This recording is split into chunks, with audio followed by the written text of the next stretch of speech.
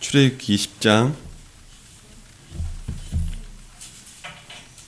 출애굽기 10장 22절에서 26절까지 말씀입니다.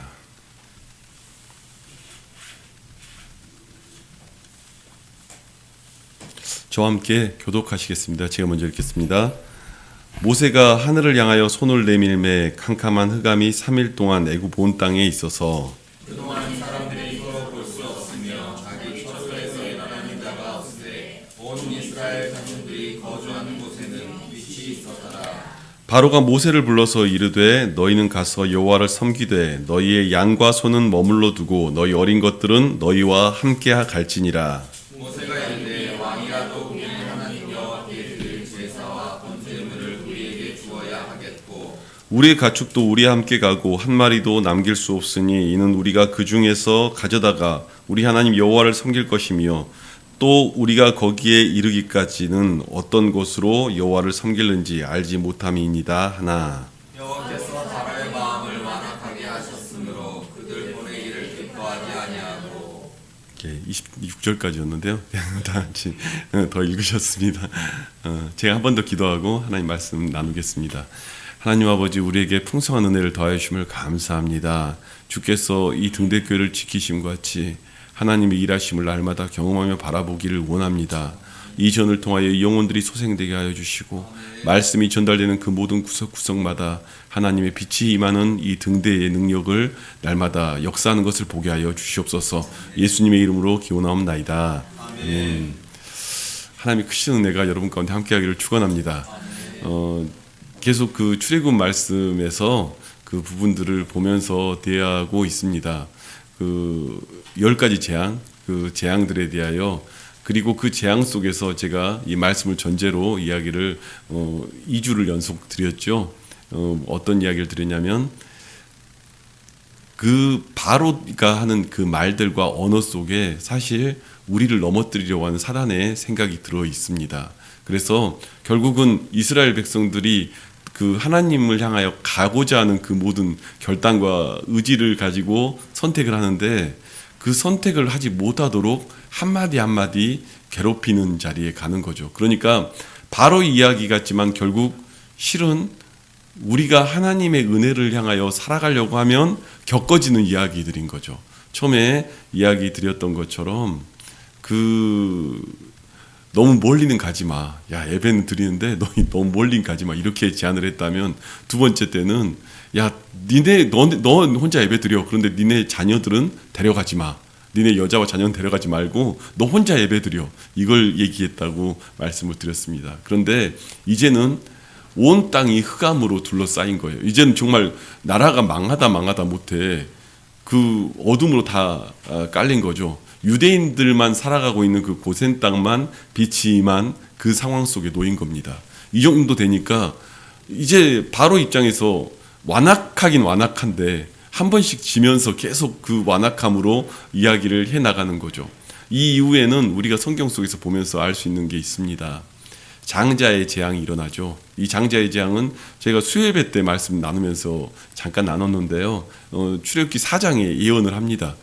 장자가 죽겠다. 바로의 장자가 죽을 거다. 왜 그 말을 하냐면 그가 완악하기에 그 일들이 일어날 거다. 그리고 모세에게도 완악하지 않기를 바라면서 하나님이 하시는 이야기가 그 얘기였죠. 그리고 그 일은 이 10장 이후에 벌어집니다. 이젠 진짜로 흑암의 재앙 그 다음이 장자의 재앙으로 이어지거든요. 그런데 그가 어디 부분에서 문제가 걸렸는가 하는 것을 오늘 성경을 통해서 한번 보려고 합니다.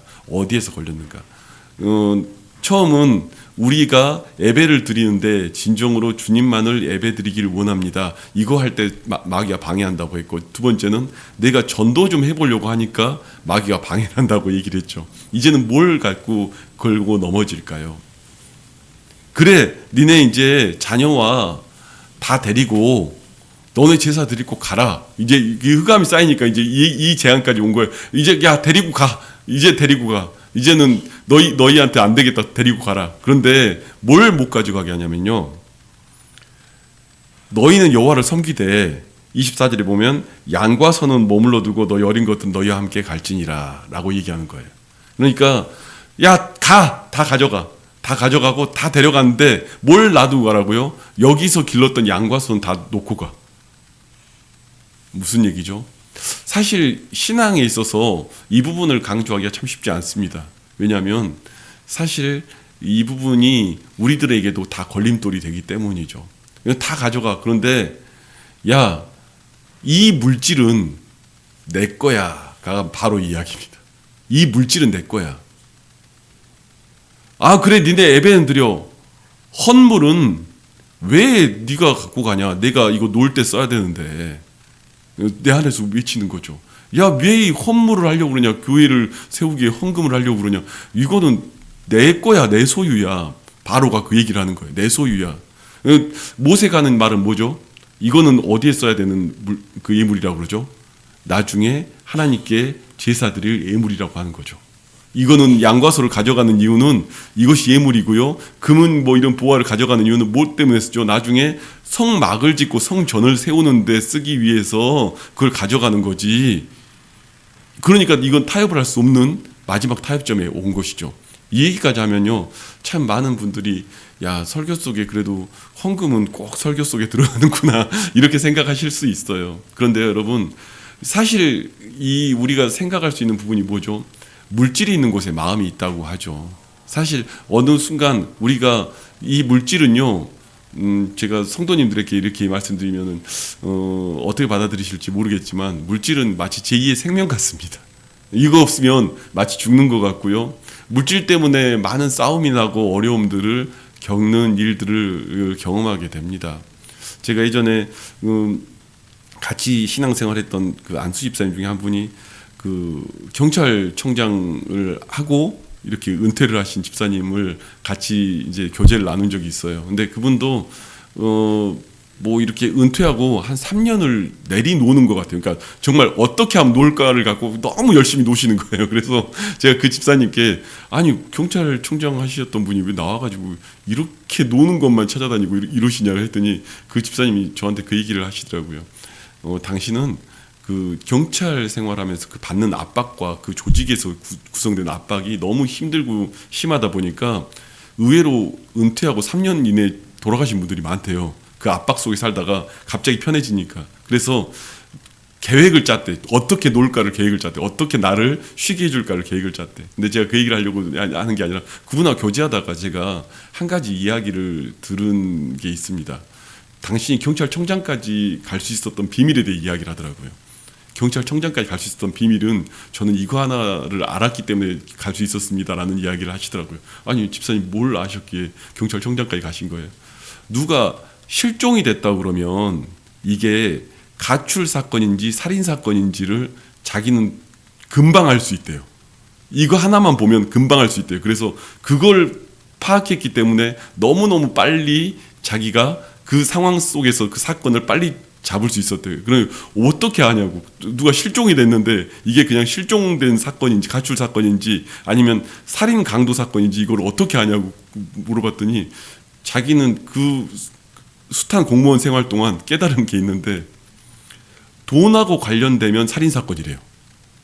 그러니까 그 사람이 실종이 되기 전에 돈 자랑을 했다든지, 그러니까 돈 자랑하면 빨리 간대요. 그분 표현으로 돈 자랑을 하면 일단 빨리 간대요. 그러니까 누구한테 돈 자랑을 했든지 자기가 갑자기 뭘 대박을 났다는 뭔 얘기를 했든지 그러면 그래서 실종이 됐다 그러면 살인 사건으로 봐야 된대. 왜냐하면 주변을 다 찾아보면 그 돈 자랑을 들었던 사람들이나 가족들이 살인을 하는 거기 때문에 그 주변을 다 파악해 보면 이 사람이 살인인지 아닌지 알 수 있대. 그래서 돈하고 관련이 없으면 실종이래요. 그냥 어디 갔다가 뭐 잠깐 어디 갔는데 가출했다든지 뭐 이런 건데 돈하고 관련되면 살인 사건이래요.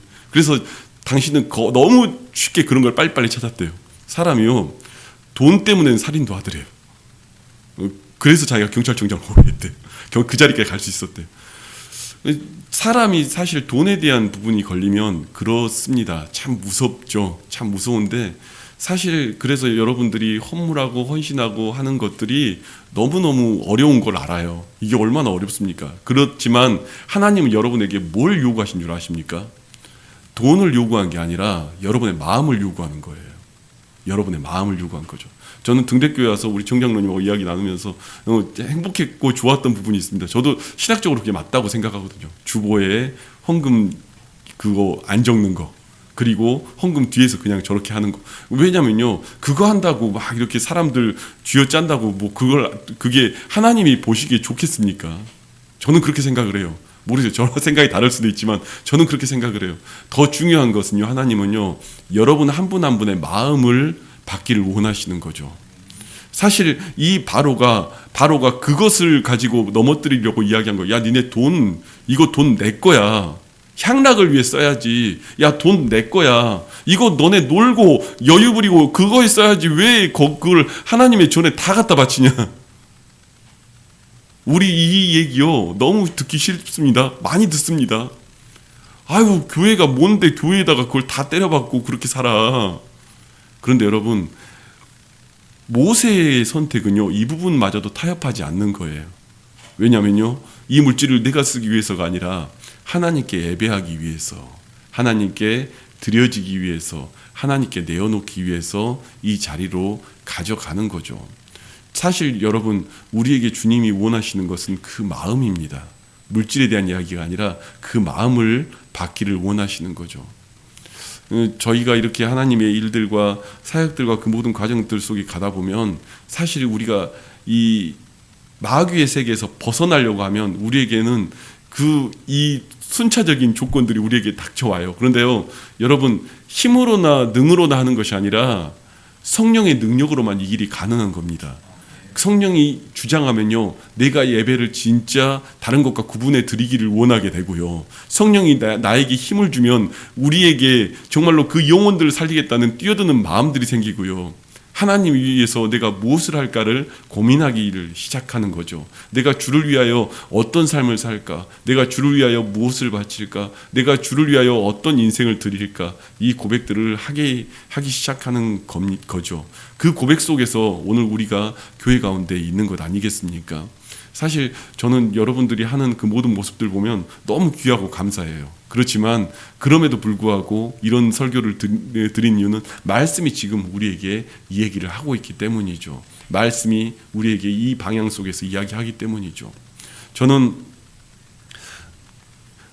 주님 안에서, 성령 안에서 거듭나고 너무너무 감사한데, 그때 제 나이가 19, 20 뭐 이럴 때니까 너무 감사한데, 제가 제일 처음 했던 게 뭐 헌금으로 드릴 건 없고, 그러니까 그때 제 꿈은 사찰집사였어요. 교회를 늘 그렇게 청소하고 취하는, 그게 너무 좋아 보였어요. 하나님 전에서 그렇게 지낸 주의종은 감히 상상을 할 수 없었고요. 제 입장에서 목회자가 된다는 거는 상상할 수 없는 일을 저는 지금 가고 있는 거예요. 그래 제가 제일 처음 했던 게 교회 화장실 청소였어요. 아무도 안 하니까 너무 좋은 거예요. 제가 하기 제일 좋은 거예요. 그런데 그 화장실 청소요, 일주일 만에 교회 형 누나한테 뺏겼어요. 젊은 애가, 19살짜리 애가 교회 화장실 청소를 하니까 그 형 누나들이, 청년부 형 누나들이 자기들이 한다고 나오더라고. 그러고 일주일 후에는 장로님 권사님들한테 뺏겼어요. 장로님 권사님들이 또 와서 당신들이 하겠다고 다 나오는 거예요. 그래서 제가 그때 19살 때 그 화장실 청소 시도하다가 그것도 뺏겼어요. 내가 주님께 드릴 게 그거밖에 없다고 생각했는데 그거 뺏겼어요. 그리고 제가 그 다음 발걸음이 전도의 발걸음이었어요. 그건 누가 안 하니까 전도의 발걸음이었어요. 그 당시에 저희 때 제일 히트쳤던 찬양 인도자가 최덕신 씨였거든요. 최덕신 씨가 그때 막 유행하던 때고, 그래서 우후죽순으로 많은 이들이, 청년들이 찬양 사역자 하겠다고 막 일어나던 그런 때예요. 그래서 조금 뭐만 하면 찬양 인도하겠다고 하는데 저는 반대로 그 길을 갔죠. 전도하는 길, 화장실 청소하는 길, 그쪽을 선택해 갔죠. 그런데 제가 지금 와서 생각해 보면 이게 누구의 의지에 의하여 누가 시켜서가 아니라 내 안에서 하나님이 이 길로 이끌어 가더라고요. 우리는 신앙생활하면서 나는 매일 죽노라 이야기를 하지만 사실 매일 죽는 삶이 무엇이겠습니까? 그것이 우리의 힘과 능력으로 하는 게 아니라 성령의 주권하심으로 하는 거죠. 그것은 우리의 힘으로 이루어지는 것이 아닙니다. 하나님의 은혜가 임하면 우리 안에서 그 마음들이 나오는 거죠. 어쩌면 우리 그 준우가 그 PPT를 넘기는 이 자리에 있으면서도 하나님의 큰 은혜를 받을 수도 있는 것이고 하나님의 손길을 경험할 수도 있는 거예요. 그 속에서 하나님이 나한테 주어지는 그 약속들이 있는 것이죠. 오늘 이 말씀 속에서 바로는 우리에게 끊임없이 이야기합니다. 너희 가진 거 나를 위해 써라. 우상을 위해 써라. 너희 가진 거 우상을 위해 쓰고 향락을 위해 쓰고 세상 즐거움들을 위해 써라 라고 얘기하는데, 사실 하나님의 은혜를 은혜가 임하면 그것을 위해 쓰는 게 아니라 주님 앞에 드리고 싶어지죠. 주님 앞에 내 삶을 드리고 싶어지고 내 주님 앞에 그 시간들을 드려지는 것이죠. 전 여러분들이 이런 축복을 제가 하고 싶어요. 여러분들이 일생을 살아가면서 하나님, 내가 주님 앞에 부끄럽지 않는 헌신, 헌물, 그리고 고백이 내 인생에서 있기를 원합니다. 나중에 주님 앞에 섰는데 그 부끄러우면 어떡하겠습니까? 저도 목회자의 길을 가는 그 모든 과정이 사실은 그런 고백이었지만, 그 고백을 제가 드리면서도 제가 이런 얘기 드리고 싶어요.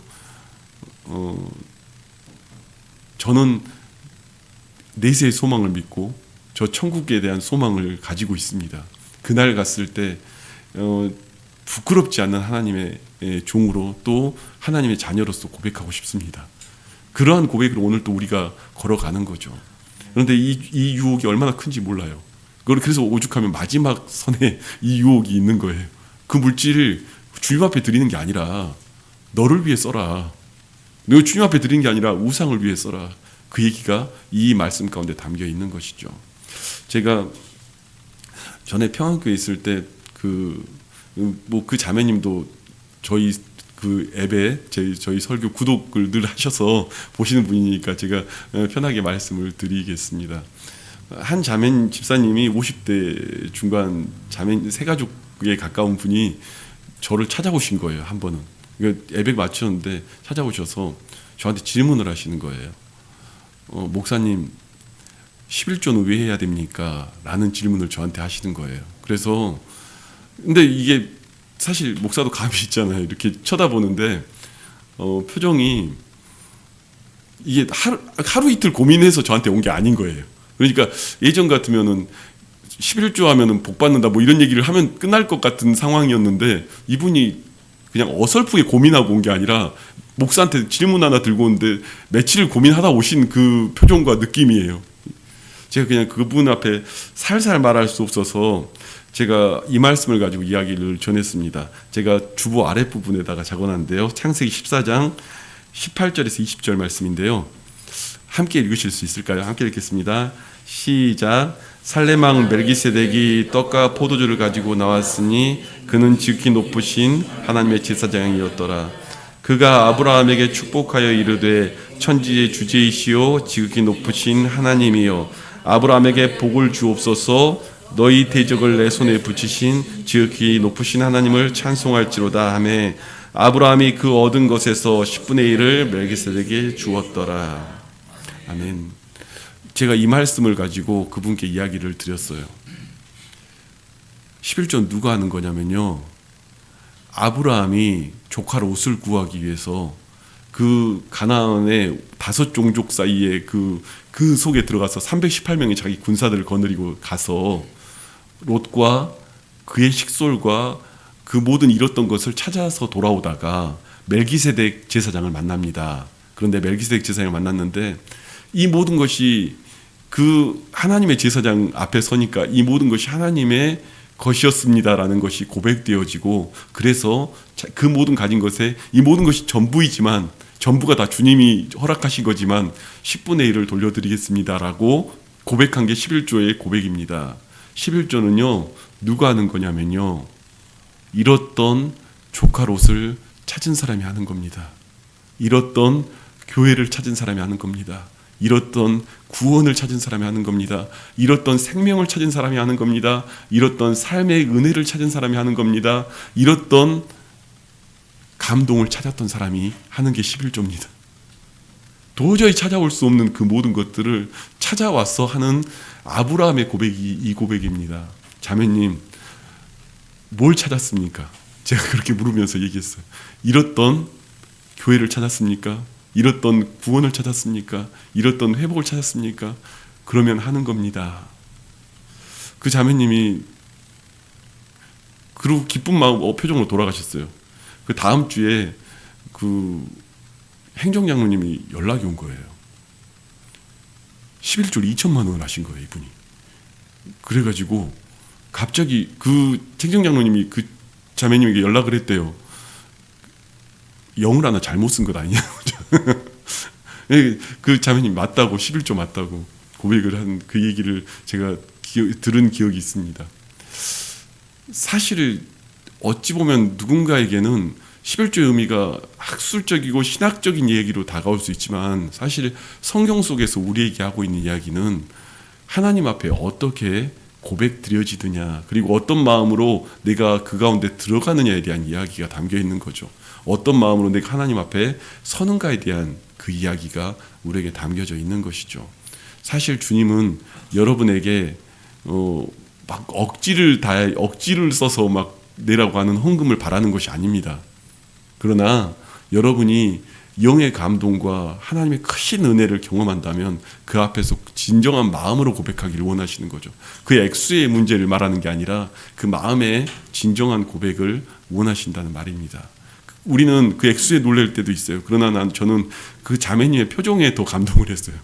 그 마음의 고백이 더 주님 앞에 보였을 것이다. 저는 그 생각이 더 들었어요. 이 마음의 고백이죠. 하나님 앞에 어떤 마음으로 내가 거짓되지 않고 내가 정말로 내 사리사욕과 내 생각이 아니라 하나님의 방법으로 구하였는가 하는 고백이 그 가운데 있어야 하는 것입니다. 제가 마지막으로 이 얘기만 하고 마치겠습니다. 가끔 헌물에 대하여 이야기하다 보면 그 헌물이 목회자의 삶과 생각을 바꿔놓을 때도 있어요. 어떤 헌물은 목회자의 생각을 뒤집어 놓기도 하고요. 또 어떤 헌물은 감동으로 교회 전체가 살아나는 역사가 일어나기도 하죠. 예전에 이문동에 살 때, 그쪽에 지낼 때 한 70대 권사님이 인천에서 농사짓던 분인데, 당신이 농사진 첫 쌀이라고 들고 오신 적이 한 번 있어요. 근데 그게 말이 그렇지, 인천에서 물론 1호선 타면 쭉 간다 그렇게 생각할 수도 있지만, 그 70대 어르신이 그거를 메고 끌고 버스를 갈아타고 지하철을 갈아타고 그 이문동까지 온 거예요. 석관동의 저 끝까지. 제가 그걸 가지고 집 앞까지 왔는데 제가 너무 놀란 것도 놀란 건데, 그 쌀을 들다가 제가 너무 놀랐어요. 무거워서. 이거를 들고, 허리 굽으신 분이 이 쌀을 들고 첫 쌀입니다 하고 들고 오셨는데, 집에다가 이렇게 금색 보자기를 이렇게 쌓아서 놨는데, 밤에 이렇게 그 집 그 마루에 걸쳐놨어요. 그런데 밤에 이렇게 자려고 하다가 12시경에 자다가 나왔다가 우연히 그 쌀이 보인 거예요. 이 권사님 위해서 제가 기도를 해야 되겠다라는 생각이 들어서 그 쌀을 안고 기도를 했어요. 하나님 앞에, 하나님, 이 권사님의 자녀 중에 하나님의 종이 있다고 하오니 하나님께서 은혜를 더하여 주시고 붙들어 주시고, 이 권사님이 이렇게 신앙 고백으로 이렇게 드려지는 이 모든 자리에 주께서 복을 더하시고, 막 이렇게 뭐 한 30분 정도 기도를 했어요. 근데 30분 정도 기도하다가 와, 벼랑간 제 기도 소리가, 기도 내용이 바뀌기 시작한 거예요. 제 기도가 확 바뀌는데, 제 기도가 뭘로 바뀌냐면은, 하나님, 사꾼입니다. 사꾼입니다. 사꾼입니다. 제가 그 고백을 그 앞에서 했습니다. 그때 제가 받던 사례비가 월에 40만 원 받던 때거든요. 그러니까 저는 사꾼이라는 생각을 해본 적이 없어요. 왜냐하면 돈 조금 받고 일하잖아요. 그리고 그 조금 받는 거에 비해서 많이 일하잖아요. 새벽 기도도 설교하고 무엇도 설교, 조금 받는 것 치고는 많이 일하잖아요. 그러니까 저는 사꾼이라는 생각을 해본 적이 없는 거예요. 그때까지만 해도. 그런데 하나님이 제 마음에 주는 감동이 뭐였냐면은, 성도의 마음과 아픔에 대하여 관심이 없으면 사꾼이다라는 그 감동을 저한테 주시는 거예요. 주의 종과 사꾼 사이를 왔다 갔다 하며 살아가고 있는 제 자신이 보이는 거예요.